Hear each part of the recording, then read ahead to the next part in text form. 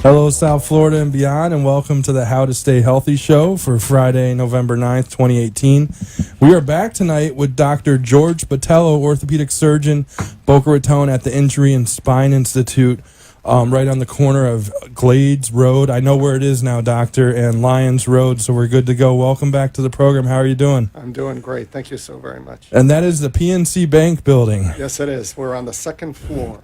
A lot of medical offices in that building, so I know exactly where you are now. So we've talked a lot in the last few appearances that we've had you on. Thank you again for taking the time on this adventure of health about, the injuries, weekend warriors, everything from the chin to the foot, I think, is the famous quote that we used. But let's talk a little bit about what's going on across South Florida, the nation, with this CBD, medical marijuana, etc., and also what nicotine can do to the body in terms of bone healing. You have an interesting story to start out, and I'll let you run with it. But was it a spine surgery you were getting ready to do recently? Yes, as a matter of fact, we have a patient that we've been taking care of who's had chronic lower back pain, and he's a young man in phenomenal condition. He loves working out at the gym.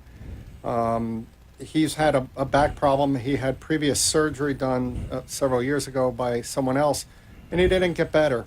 So he came into our office, and we started combining some pain management therapies along with some plan for surgical intervention.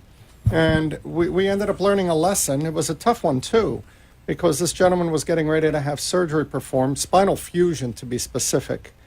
And he was all excited to go. And what was interesting was, and as part of our normal intake in the office, as in most offices, we ask a very common question, and that is, do you smoke? Well, the patient responded by saying no, because he didn't consider vaping or electronic cigarettes smoking. Serendipitously, he came in with his wife, and I could smell cigarettes. So I asked, are you smoking cigarettes? And he says, no, that's my wife. She smokes a little bit.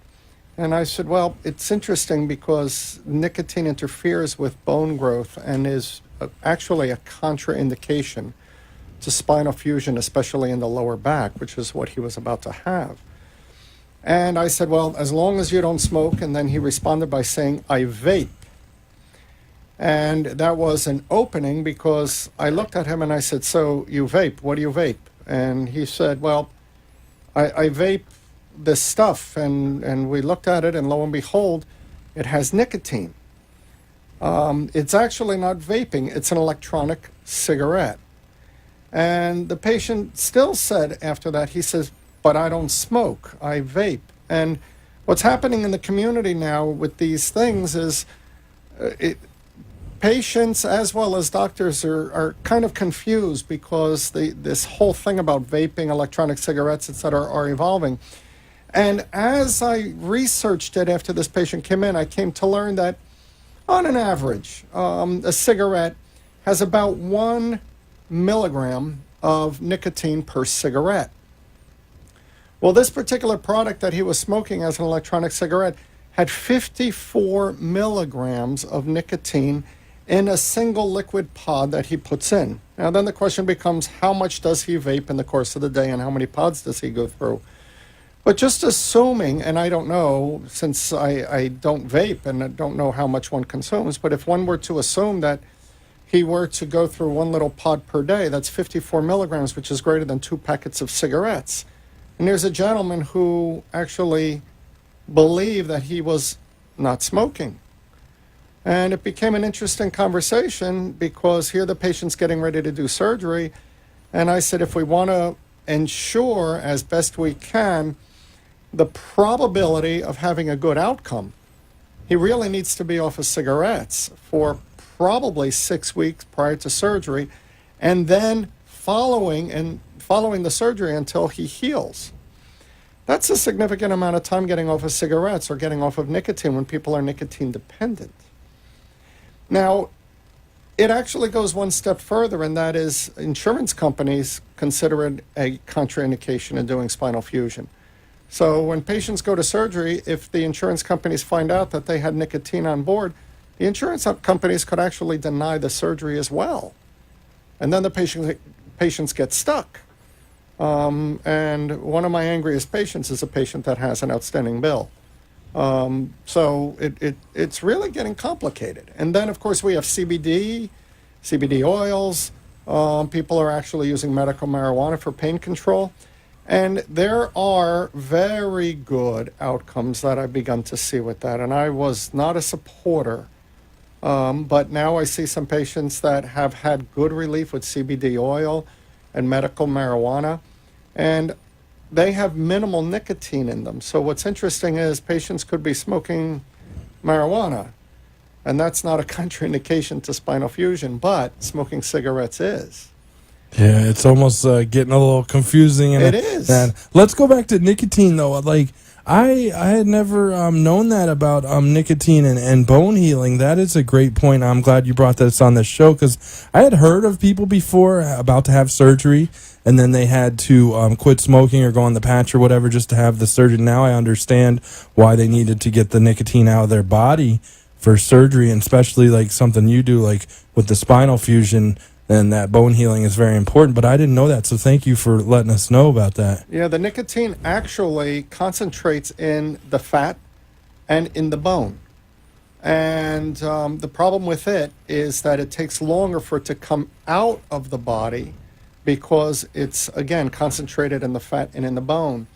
And even though nicotine doesn't interfere with all bone healing, it definitely is known to interfere with spinal fusion, especially in the lower back. And that's because there is a relatively large volume of area that bone needs to go across to actually create a fusion. And it's actually interfered with some fractures as well, because fractures can be quite complicated, and the blood supply has been affected by the fracture. And therefore, healing is important because it doesn't have adequate blood supply, and nicotine then impairs that yet further. Fascinating. That's why we bring the best doctors in South Florida and beyond on the show. So we learn things like that. And we're here with Dr. George Botelho, orthopedic surgeon here in Boca Raton. Now we'll transform right back to the CBD and medical marijuana. Like you said in the past, you have a toolbox to treat patients now. Every patient's different with that stuff, but you do the research and find out, what are the best outcomes for your patients. So that's very important. But I just want to say, like I'll let you say it too, is every case is different, right? You're going to look at every case differently. Everyone is different, and sometimes you really have to. A great example is a person who has gastritis or is at risk of bleeding or has a history of ulcers. You have to think somewhat out of the box. These patients, the insurance companies would like us to try them on anti-inflammatories. The next thing you know, they get a bleeding ulcer and they develop anemia and could end up in a hospital. Meanwhile, there's topical anti-inflammatories that don't get absorbed through the gut and therefore doesn't cause bleeding and ulcerations. There's other medications as well, including CBD oil, that can be very effective, especially when it's massaged into an area that's near where the inflammation is occurring.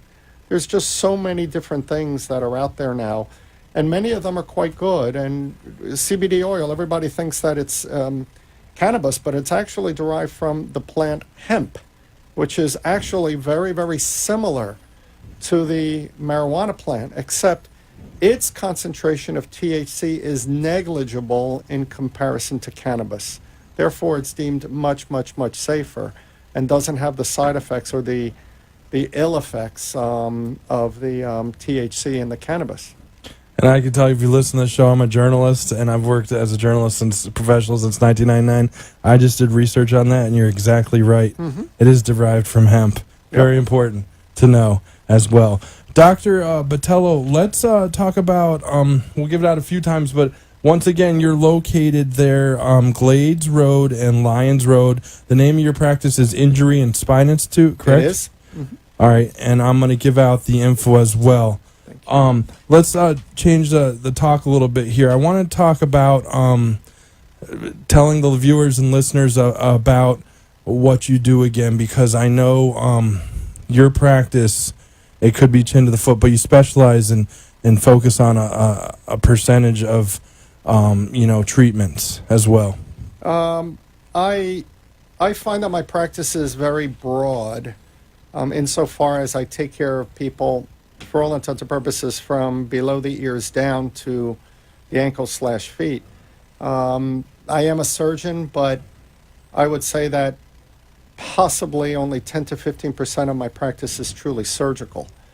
This week was a great example. It was a relatively busy surgical week, and I treated a whole host of different things, from reconstructing a patient's thumb, chronic arthritis that she had in her dominant hand, and she's 82 years old, to a patient who broke his arm when he was pushed down, only 29 years old, and shattered his humerus bone. And I operated on him for the better part of 5 hours, putting 2 plates and roughly 20 screws while avoiding 2 major nerves in his arm. To an 80-year-old woman who had a knee replacement as an outpatient, was sent home the same day, and already 2 days later she's walking at home with a walker and doing well, all in 1 week. Plus there were other cases as well. So there is a whole host of things that we do. Most of the time, my adage in our practice is, my job is to help a patient. And I have to first make the correct diagnosis, and once the correct diagnosis is made, find the best way to get the patient's maximum relief so they can function happily. And that's one of the important things, happily. Many years ago, I took care of a 76-year-old woman with shoulder pain, and it only bothered her when she golfed. That's all. So naturally, one would say, well, you're 76 years old. Do you really need to golf? And it wasn't a question for her. And she made it very, very clear to me. She said, first, she said, surgery is probably the only option because I will not live this way. She said, I've lost my husband. I'm a widow. I live alone on a golf course. I socialize with a number of widowed women daily, and we golf. She says, I live now to golf with my friends. So lo and behold, I ended up operating on this 76-year-old woman with a shoulder problem who went on to continue golfing, fortunately without pain following her surgery. You really have to think what the patient wants as their end result. You gave her back the quality of life, and that's Correct. what she wanted. That's why she came to you. It's Dr. George Botelho. He's here till 6. If you have any questions, 1-888-565-1470. That's 1-888-565-1470. We're going to take a quick commercial break, and on the other side, talk about some of the stem cell treatments and the other ailments that Dr. Botelho and his Injury Spine Institute, that's injuryspineinstitute.com, treats on the How to Stay Healthy show.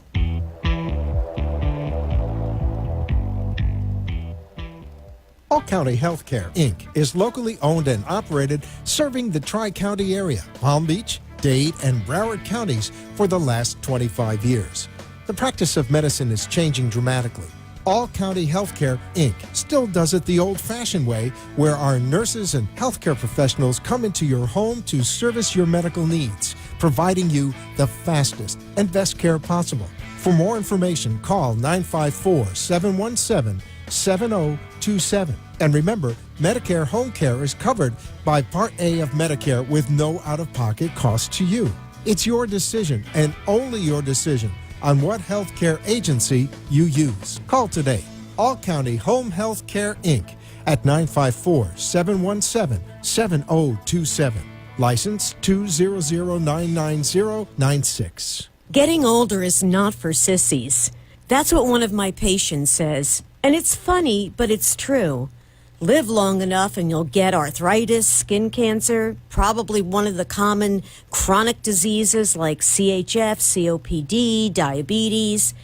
At All County Healthcare, we teach you how to manage your disease. We make sure you know how to take your medications and how to recognize signs and symptoms before requiring hospitalization, no matter how many visits it takes. You didn't move to Florida to be sick. You moved here to enjoy the rest of your life. And that's exactly what our team of nurses, therapists, and aides at All County Healthcare help you do. And now back to How to Stay Healthy. your weekly doctor's interview and prescription to better health. Hey, thanks South Florida for tuning in. We're back with Dr. George Botelho, orthopedic surgeon, Boca Raton. It's injuryspineinstitute.com. It's injuryspineinstitute.com here in Boca Raton. Dr. Botelho, in terms of stem cell treatments in PRP, are they effective? And I got a part B of that question. Are they costly and is it out of pocket? Okay. I do like to talk about stem cell therapy and PRP, as we've talked about on some prior shows. I'm going to try to simplify it a little bit. Apparently, the last time I kind of got a little too complex from what I've heard. Not for me, though. I liked your... Excellent. And PRP is... platelet-rich plasma. Okay, thank you. Now, one thing that people might not understand is a stem cell. A stem cell is actually a cell that is derived primarily from bone marrow and or vascular sites on fat. They are cells that are very immature and have not yet decided what type of cell they were going to become. They're really an immature cell that need to be placed in the appropriate environment, and the surrounding environment triggers them to become the cell that is necessary. So you need that stimulus, and you need these particular cells we call stem cells, which are very, very, very immature cells. Some people call them pluripotent stem cells, they call them. And what it means is that they have multiple ways to grow into their potential. So we take a stem cell and we inject a stem cell into an area that is damaged. But that damaged area has to have the ability to heal for the stem cells to actually be effective. So a great example is in orthopedic surgery, what I do is a patient with a rotator cuff tear. If I have a patient with a rotator cuff tear, if the cuff is torn, the cuff is torn. The stem cells can't go in there and repair the tear. On the other hand, if they're developing arthritis from that tear, then they would do very, very well with platelet-rich plasma, or PRP, but not stem cells. Why? Because PRP, or platelet-rich plasma, is derived from the bloodstream. It's actually the plasma after you remove the cells, and that plasma is rich in healing and anti-inflammatory proteins. It's filled with healing properties, okay? But they're not cells, okay? There may be some cells, but there's not a lot. And this PRP actually will decrease inflammation and actually help with regards to pain. So it's great in a person who has some arthritis of their knee, some arthritis involving their shoulder, even a lot of arthritis, but the more arthritis you have, the harder it is for it to be effective.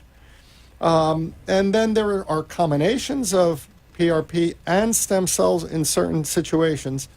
But I find myself oftentimes, and lately I'm doing more and more and more, doing PRP injections for the spine, epidurals. Instead of using cortisone, I use platelet-rich plasma in epidurals. And these help, as the epidurals do, healing with regards to the spinal canal, and they decrease inflammation in a tremendous amount, and I believe it is more long-lasting for these patients. All of the patients that I've done that on have had success and longer-term success than the conventional patient with cortisone. Nice. And it doesn't have the ill effects. Cortisone, I had a patient recently who was a diabetic, and they had difficulty drawing his blood. Ultimately, I got lucky and I was able to get his blood. But he's a diabetic, and his blood sugars were like in the 160s. So if I had given him cortisone, his blood sugar would have gone crazy. So in the end, we gave him PRP.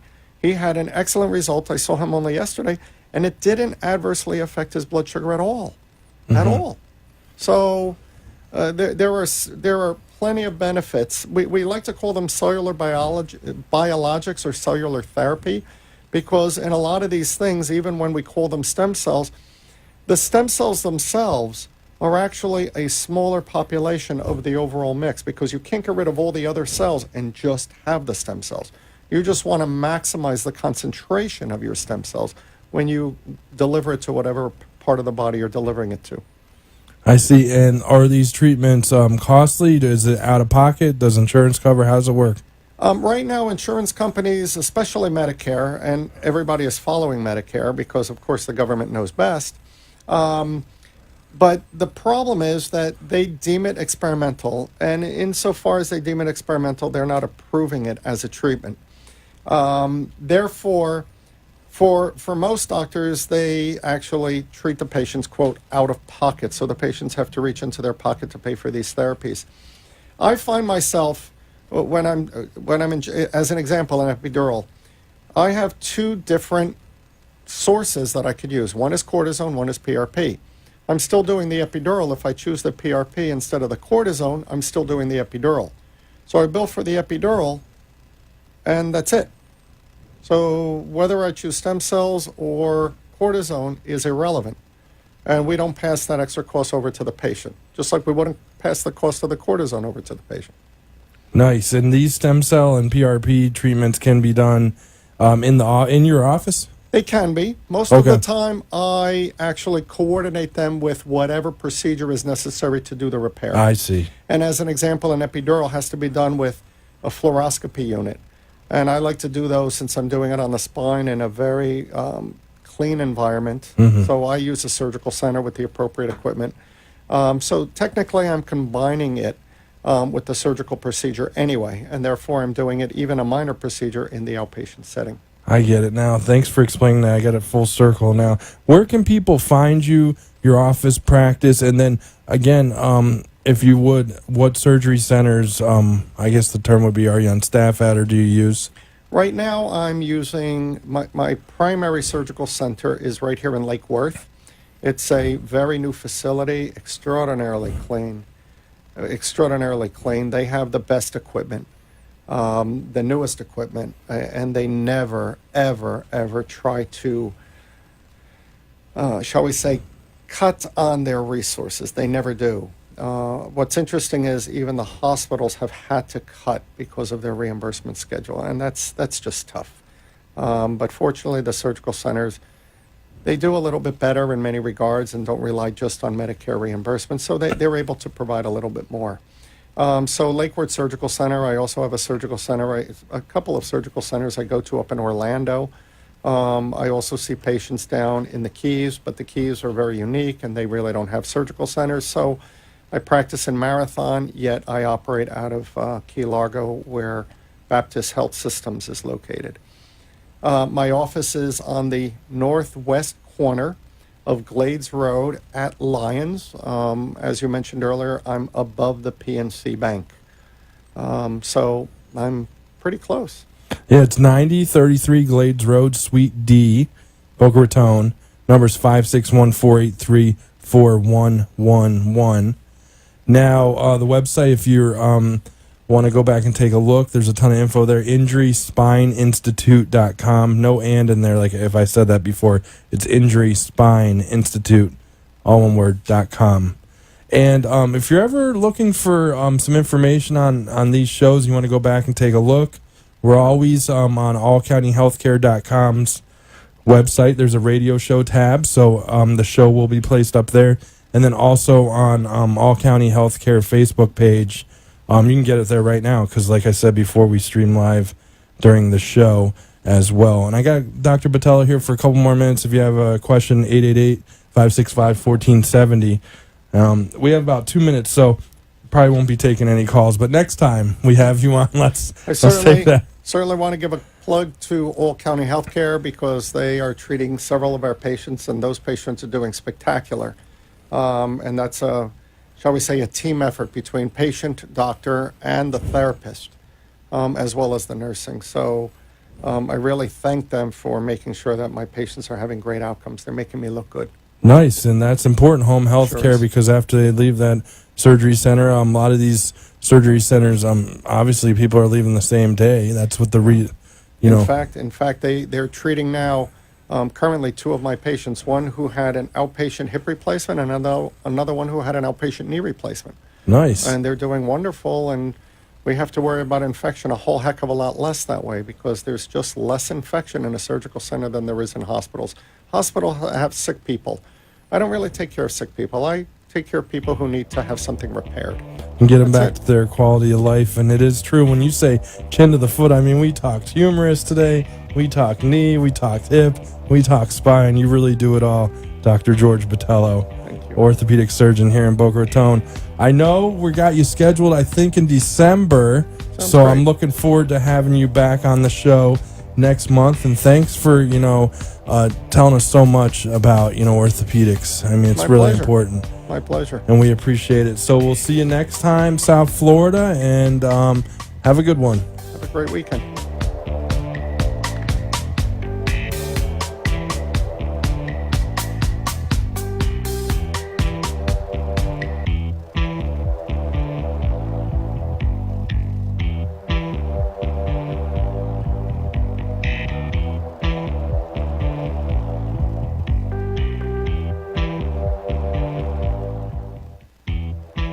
For a prescription to better health from the top doctors in the medical fields of cardiology, neurology, orthopedics, sports medicine, and primary care, join us each week on the How to Stay Healthy show. The opinions expressed on the preceding sponsored program were strictly those of its host, guests,